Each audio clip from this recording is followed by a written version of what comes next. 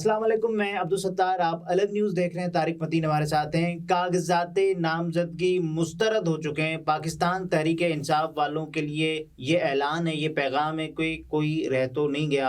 अब आपसे ये दरख्वास्त है कि चैनल सब्सक्राइब कर दीजिए, घंटी बजाइए और उसके बाद रुक जाइए। ठीक, तो कोई रह तो नहीं गया? नहीं, कोई रह गए से पहले एक घंटी और बजनी चाहिए। वो क्या? ये जो हमारे यहाँ सब्सक्रिप्शन की घंटी है, बेल आइकॉन है, ये तो प्रेस कर देंगे।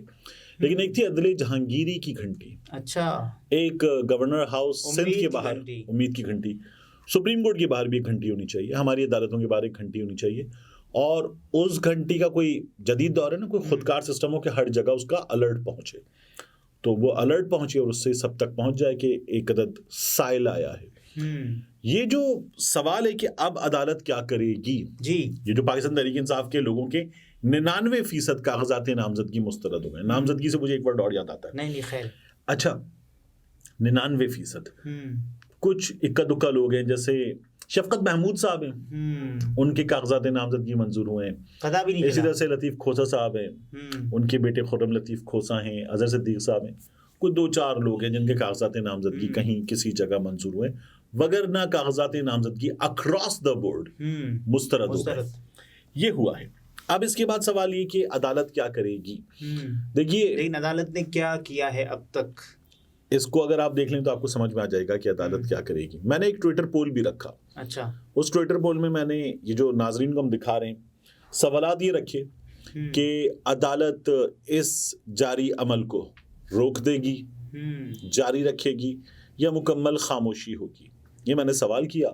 लोगों की अक्सरियत ने मुकम्मल खामोशी होगी पर जवाब दिया, या लोगों ने ये कहा कि मुकम्मल खामोशी होगी अदालत की तरफ से, या ये कहा कि अदालत इसको जारी रखेगी, इसको रोक देगी। ये सबसे कम वोट्स थे। ठीक है, अब अदालत क्या करेगी उससे पहले क्या किया है। देखिए, क्या उम्मीद नहीं लगानी चाहिए अदालत से? अदालत के सिवा किसी से उम्मीद लगानी नहीं चाहिए। हमारे यहाँ इंतखाबात होने थे 90 दिनों में 2 सूबाई असेंबलियों में। ठीक, वहाँ असेंबलियाँ तोड़ी गई थी, उनमें इंतखाबात हुए। 14 मई वाले तो नहीं हुए। ठीक है, फिर उसके बाद हमारे पूरे मुल्क में, क्योंकि असेंबलियाँ दोबारा जब मरकज़ की, सिंध की और पंजाब की असेंबलियाँ तहलील कर दी गई वक्त से पहले, तो फिर हुआ ये कि 90 रोज़ में इंतखाबात होने। पंजाब की तो पहले भी कर दी गई थी। हाँ, क्या वो इंतखाबात हुए 90 रोज़ में? नहीं हुए, बिल्कुल नहीं हुए। ठीक है, इसका सबसे बड़ा जिम्मेदार जो था वो था इलेक्शन कमीशन ऑफ पाकिस्तान। क्या उसने कुछ किया? उसके खिलाफ कुछ हुआ? बिल्कुल नहीं हुआ। इलेक्शन कमीशन ऑफ पाकिस्तान के खिलाफ कुछ होना या ना होना देखना है आपको। तो फिर मैं आपको लेकर जाऊंगा और पीछे। अच्छा। अप्रैल 2022 में जब इमरान खान साहब की हुकूमत में कासिम सूरी ने रूलिंग दी और उसके बाद असेंबली तहलील करने की, उन्होंने वो जो गद्दार करार दे दिया, इमरान खान साहब ने सदर को कह दिया असेंबली तहलील कर दें, उन्होंने तहलील कर दी थी। ठीक है, बिल्कुल, ये वो मामला हुआ था। अदालत ने इलेक्शन कमीशन से कहा था कितने वक्त में इलेक्शन करवा सकते हैं। इलेक्शन कमीशन ने कहा कि अक्टूबर में करवा सकते हैं, अक्टूबर 2022 में। ठीक है, इलेक्शन कमीशन का मैंडेट क्या है कि वो इस इलेक्शन करवाएगा 90 दिन में। बिल्कुल, ठीक है, मैक्सिमम 90 दिन में। क्या जो मुद्दत दर्ज है उसके हिसाब से, क्या उस वक्त अदालत ने इलेक्शन कमीशन के खिलाफ कुछ किया था? नहीं किया था। तो ये हमारे सामने सिचुएशन है। लेकिन तब आइन में तरमीम मौजूद नहीं थी ना कि इलेक्शन कमीशन ऑफ पाकिस्तान ताखीर का यानी कि फैसला कर पाएगा।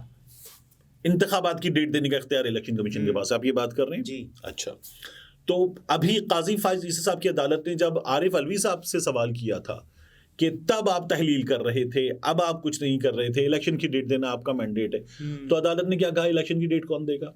इलेक्शन कमीशन ऑफ पाकिस्तान, सदर पाकिस्तान देंगे, लेकिन उनकी मुशावरत से देंगे, सदर देंगे डेट, बिल्कुल देंगे। जब ये कहा तो फिर इलेक्शन कमीशन ऑफ पाकिस्तान वहां पर गलत साबित हो गया।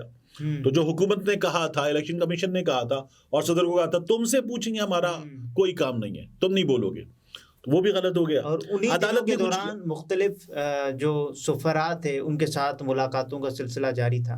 अदालत ने कुछ किया नहीं किया। इलेक्शन कमीशन बार बार अपनी जिम्मेदारियां अंजाम नहीं दे सका, अदालत कुछ नहीं कर सकी। ठीक है, अब सवाल यह है कि क्या करेगी अदालत। तो पाकिस्तान तहरीक इंसाफ के लोगों के 99% कागजात नामजदगी मुस्तरद, मुस्लिम लीग नून के 100% लोगों के कागजात नामजदगी मंजूर।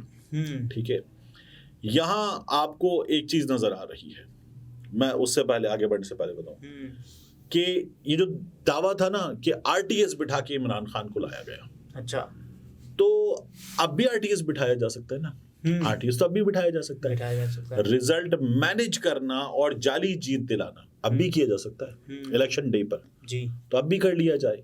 ये जो कागजात नामजदगी लेने से रोकना है, जमा कराने से रोकना है, स्क्रूटनी से रोकना है, सेकेंडर को, प्रोपोजर को उठाना है, बंदे को उठाना है, वकील को गिरफ्तार करना है, ये गलाजत दिखाना है, इससे बच जाते, इससे बच सकते। लेकिन कागजात नामजदगी अभी मुस्तरद होने की खबरें आ गई हमारे पास, सही है, मुस्तरद हो चुके, लेकिन इससे पहले जो छीना झपटी जारी थी तो वो रोक लेते। अगर मुस्तरद ही करना थे तो एक अच्छे तरीके से हर स्टेज पे रोकना यकीनी बनाना है ना, हर स्टेज पे रोकना यकीनी बनाना है।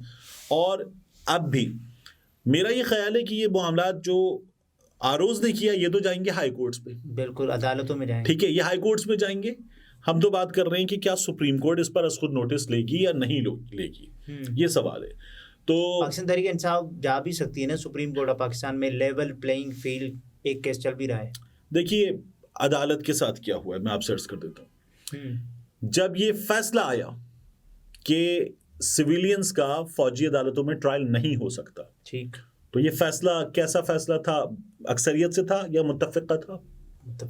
मुत्तफिका फैसला था, इस पे कोई इख्तिलाफ नहीं था। इस फैसले पर अमल दरामद की सूरत हाल क्या रही? कोई अमल दरामद नहीं, ठीक है। तो अदालत की तौहीन, सबसे ज्यादा तौहीन किस चीज से होती है? अगर आपका फैसला न माना जाए।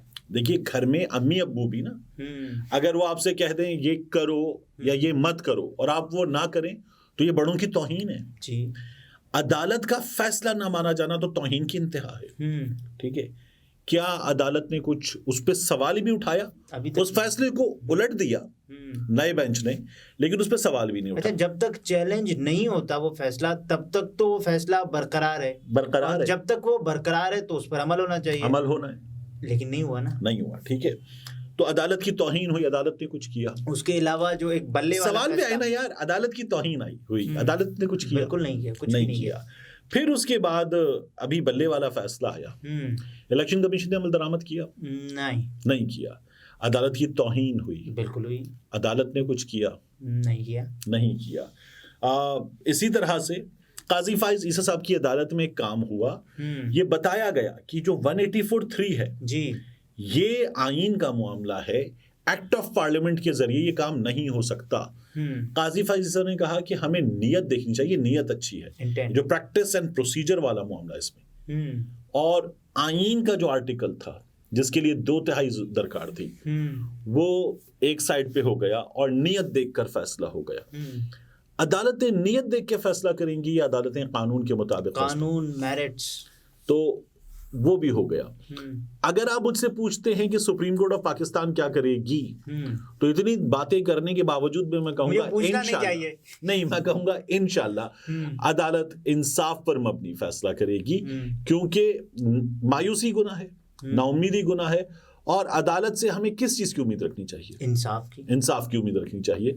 तो मुझे इन तमाम बातों के बावजूद भी अदालत से, काजी फाइज ईसा से, इस अदालत के मौजिज़ साहिबान से इंसाफ की उम्मीद है। मैंने अब तक देखा क्या है, साफ बात है, बगैर किसी माजरत के, मैंने इंसाफ होते हुए नहीं देखा। अच्छा, क्योंकि जब फैसला आ जाता है तो काजी फाइज ईसा ने कहा कि फैसला आ गया, उसके बाद फैसला है पब्लिक प्रॉपर्टी, उस फैसले पर तनकीद की जा सकती है। अच्छा, तो नाइंसाफी की गई अदालत की जानिब से। या पेशावर हाईकोर्ट वाला मामला, इलेक्शन कमीशन ऑफ पाकिस्तान कल पहुंच चुका अदालत में, पेशावर हाईकोर्ट में उन्होंने इंट्रा कोर्ट अपील दायर कर दी कि ये वाला जो फैसला है इसको मुअत्तल किया जाए। तो पहले तो अदालत को सबसे पहले तो ये पूछना चाहिए कि आपने अब तक अमल दरामद में क्या किया है। आप ये बाद में लेकर आए, लेकिन आपने अब तक अमल दरामद में क्या? लेकिन आपके ख्याल में पूछा जाएगा? एक सब्जी का नाम मैं दोबारा पूछ रहा हूं। नहीं, अच्छा नहीं पूछ रहा। तो देखिए वो पंपकिन का नाम होता है ना। अच्छा, एनीवेज मेरा ये ख्याल है कि नहीं, ये केस चलेगा, ठीक है। इस केस के चलने के नतीजे में हमें ये नजर आ सकता है कि ठीक है, इलेक्शन कमीशन की जीत हो जाए और इलेक्शन कमीशन जीत कर कहे कि नहीं जी बल्ले का निशान नहीं दे रहे। अभी ऐसे ही क्या बल्ला वाकई छक्के छुड़ा सकता है? क्योंकि बल्ले का ही खौफ है ना। देखिए अगर बल्ला छक्के छुड़ाने की सलाहियत नहीं रखता तो फिर ये जो कुछ हुआ ये क्यों हुआ है? यक्के बाद दीगरे प्रेस कॉन्फ्रेंसेस कई बल्ला नहीं होना चाहिए। ठीक है, ये क्यों हुआ है? जिस रोज प्रेस कॉन्फ्रेंस पहली हुई तो उसके बाद हुआ क्या? हमने मौलाना को देखा, फिर उसके बाद शहबाज को देखा, मरियम को देखा, फजलुर रहमान को देखा, राना सनाउल्लाह को देखा, बाकी लोगों को देखा। तो ये तमाम के तमाम लोग क्यों मुसलसल टसवे बहा रहे थे? इसलिए बहा रहे थे कि बल्ला इनके लिए एक अदद बला है, बला का इंतखाबी निशान, ठीक है ना? तो वो इनके लिए एक अदद बला है। मुझे उम्मीद अदालत से है कि इंसाफ होगा।